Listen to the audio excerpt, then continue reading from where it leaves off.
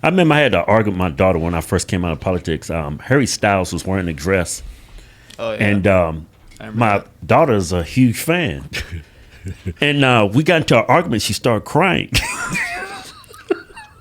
She's stupid. And I was just trying to figure out what, because at the time my daughter was like 13. I'm like, why are you crying? I'm just spitting facts here. These are not opinions. And she started telling me about, guys getting pregnant. And I was like, she just didn't know, because I had never sat down with her, and she was on social media. So what did you say? Like, I said something about the dress and being a guy wearing a dress. Yeah. I was like, well, that's, anybody could wear a dress. I was like, but I told her the reason why he's wearing the dress. She said, but he's cute. I think it looks great on him.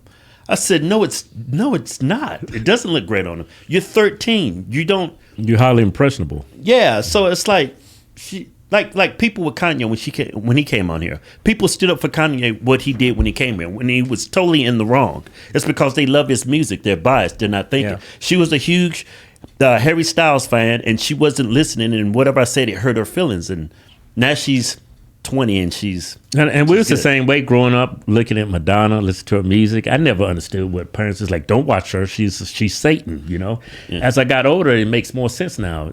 Yeah. These people are put in positions of power with this highly impressionable kids, and they're there to manipulate them and have them think and act, and I think nowadays vote a certain way. I thought that it was just so improbable that people were trying to sexualize society on purpose. That was real. Then I started hearing about that. I just learned about this Kinsey guy. Learned about it a little while ago. This sex doctor from the 1930s, 40s, 50s, whatever it was. And Hugh Hefner was his student. Yeah. And they were overtly attempting to sexualize college kids. Like they would go to college campuses and be like, we are going to sexualize society. So I guess we're still seeing this. Yeah, the grooming stuff's real, man. Yeah, totally real. So about the celebrity stuff, I remember I was working for one nonprofit, and they were like, I'm a big fan of Death Cab for Cutie. And they said, who wants to go see a Death Cab concert? And I was like, are you kidding? And like, it was really popular with college kids at the time. And so they said, anybody who volunteers to do voter registration at the event gets an all access pass. And I was like, I'm done. You tell me where and when. They give me an all access pass. They give me a stack of voter registration forms and said, go out and just ask people. And I got to hang out backstage and meet the band. So right there, they're very, very clever in how they do this stuff. Now, I'm not saying anything about the band. The band wasn't doing anything. Right. But this organization knew to go after young people in these spaces to exploit the celebrity because they knew I would do it for them. And I was like, I don't know, I was like 20 years old. Yeah. Yeah. Well, like that's why Biden talked to Cardi B. That's why they talked to The Rock. I mean, Johnson, it's just influence. Because 40% of this country is not in the politics, but they'll go do what Cardi B says or The Rock says. That's why they do it. But Cardi B's doing all right. Yeah. Cardi B's, sort of been calling it out. You know what I mean? Have you seen her stuff? Yeah, I seen her inflation video. She's talking about that's right. A head of lettuce is $7.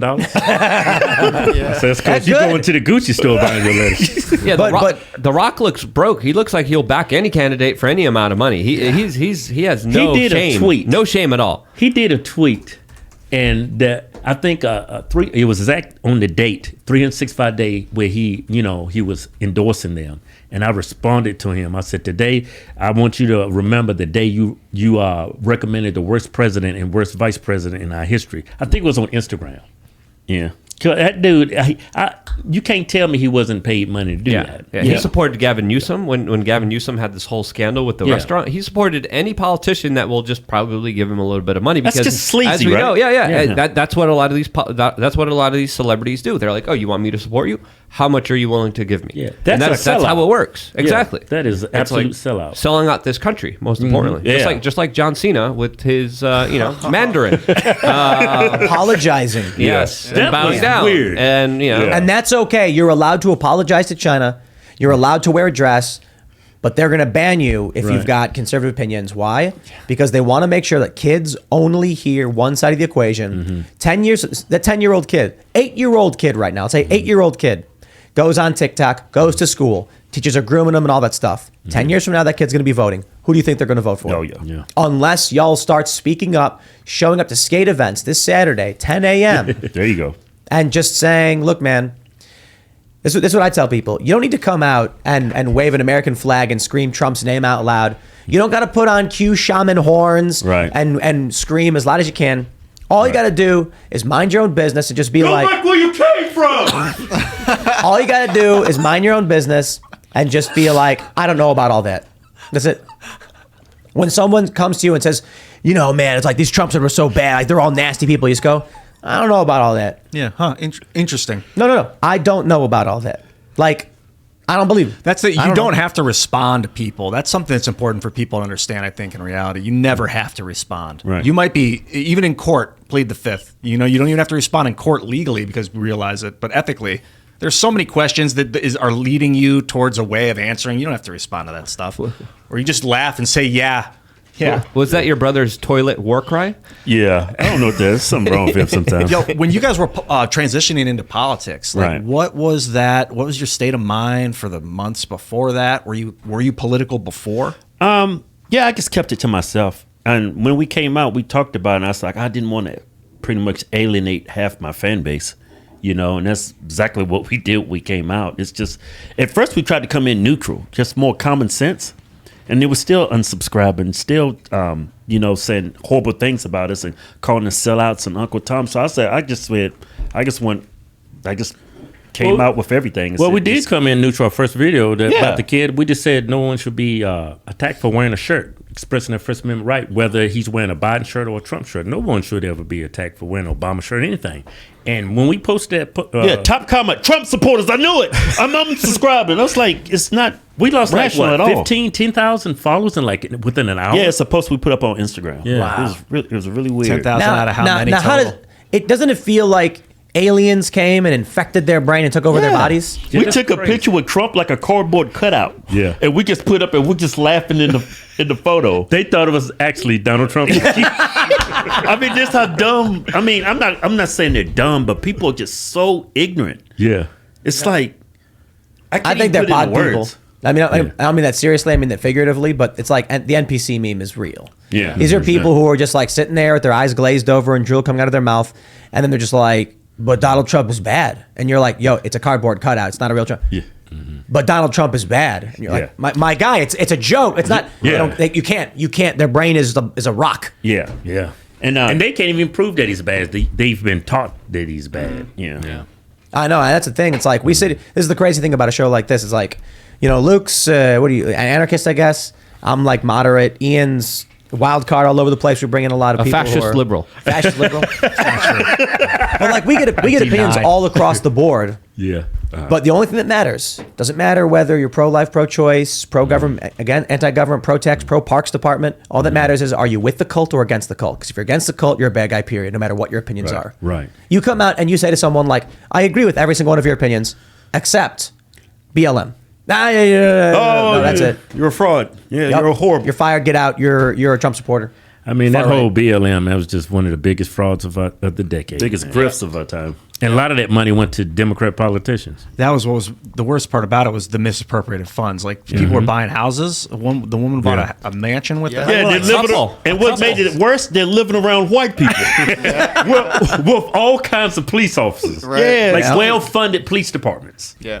That was the funny thing. I remember there was a BLM protest in Wisconsin we talked about where all these BLM protesters are outside of this guy's house. He brandishes a shotgun. So they call the police. Right. When the police come, they're all screaming and cheering. Yeah. We're like, wait, hold on a minute. This is a conversation talking about like people that are susceptible to cults. People you might want to call them stupid. People with the eyes glazed over. Bleh, they're in so much pain that they don't even realize they're in pain. But like, I think Klaus Schwab sits around with his buddies at World Economic Forum, has the same conversation. Like, what do we do with these people that are just willing to worship the cult TV? Yeah. Like, what do we do with them? What's a industrious, like, what's a freedom loving way to deal with them? Because otherwise they want to put them in pods and have them just create energy. Yeah, typically those people are very emotional. You can get to the coat strings just by something that makes them feel sad or happy. Yeah.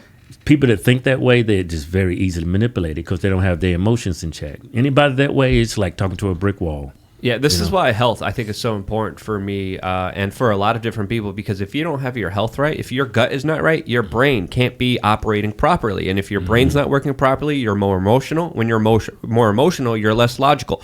So I think, first of all, just having a conversation about mental health and physical health, I think that's the start. And I think naturally, there's a reason there's so many articles talking about how, right-wingers are more prone to work out than left-wingers. There's a reason why there's this kind of philosophy of personal responsibility responsibility that's more prevalent on one side than the other side. So I think a lot of this has to be done by leading by example. I think we should never be telling people exactly what to do. I think through empathy, through conversations, through listening to people, we could say, hey, let me try to help you be the best version of yourself. And when you are, you don't need the government. You don't need all the consumerist products. You don't need all this other bullcrap that's superficial, that's made up, that's marketed to you, that essentially take away from your life and your kind of source that you have here on this planet. You yourself are becoming more of a self-independent human being that is, a person that doesn't need anything and doesn't feed the system.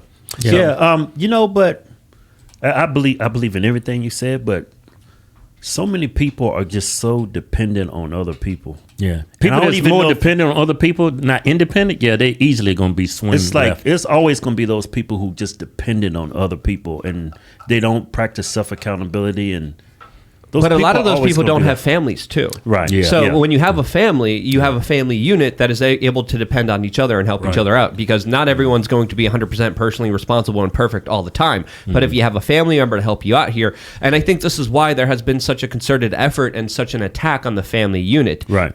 Through culture, through, of course, online pornography, through, of course, dating, through, of course, all the psyops and psychological warfare that's happening out there. Because then if you're able to make an individual just by themselves, you're able to make them a victim a lot easier. Right. So it's not that these people depend on others, is that they depend on government. They want the government to step in because they have no one else in their lives to help them or to back them up. So when they get a proposition like, hey, the government's going to write you a $2,000 check. Hey, the government's going to come in here and give you free health care. Hey, the government's going to help you be euthanized. Hey, people are like, that's gimme. And then that kind of existence where you depend on others and suck and be an energy vampire is an existence that people are trapped in the loop of, and nudging them and at least having them concentrate on their physical health and mental health naturally, I think, would lead to a solution to this problem. Thanks for watching this clip from the Timcast IRL podcast. Hang out with us live Monday through Friday at 8 p.m.